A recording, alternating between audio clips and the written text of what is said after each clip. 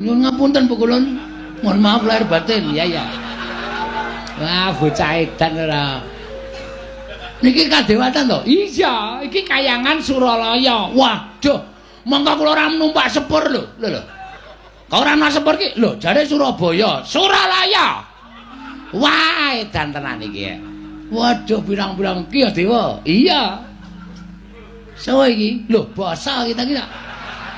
Sinten Bu Kulon? Ulun Bathara Indra. Waduh, Bathara Indra. Wah, iki Dewa kok untune pasangan. Iki asli nggo ngletak ndasmu iso pecah.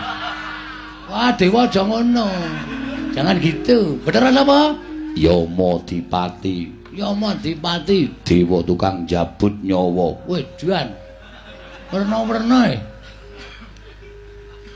Niki pulen Bathara Guru, dewane para dewa. Lenggo kita ki. Edian ora. Hah? Kita ki kandhan-kandhanane.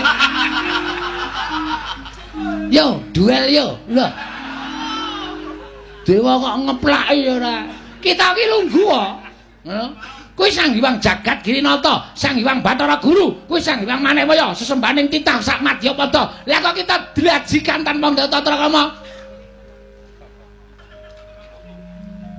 Sembah sujud kula Bu.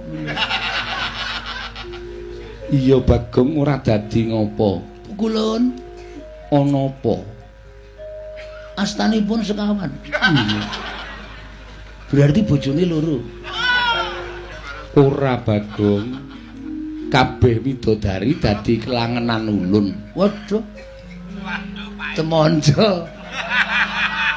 Ha iso ngloro-ngloro nek tangane papat ki.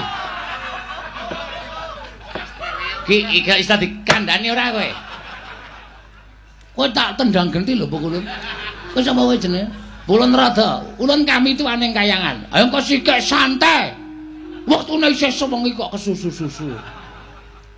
Bagong dalem padha kanthi raharja sak prapta kita.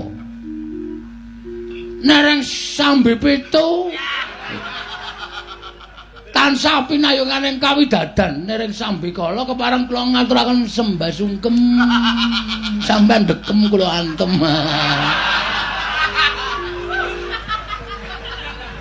Kita kuwi titah ingkang keladuk gecul kumarucul. Nggih. Ulun gedhe palimarma ulun Bagong. Matur sembah nuwun Bu Kulon. Pangestu ulun tampan ana. Kula pun denggo jimat paribeh. Dayana ing kasantosan Bu Kulon. Iya Bagong, prayoga nggonmu lungguh. Aja